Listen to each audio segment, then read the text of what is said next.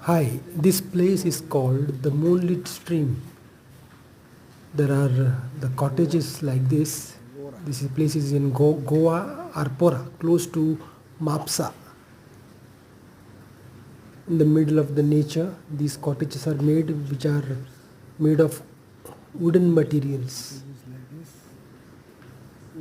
Very beautiful place.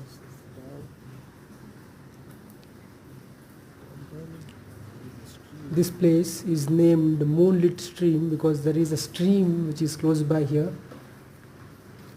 It is an experience which is close to nature.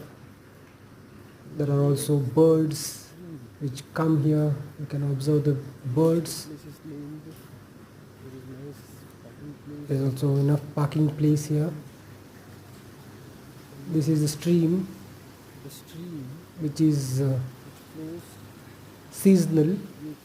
According to the seasons, it is full or there is less water.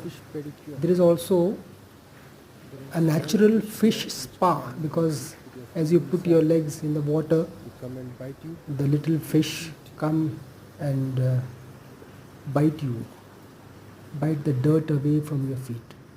This is the long grated trailed drongo.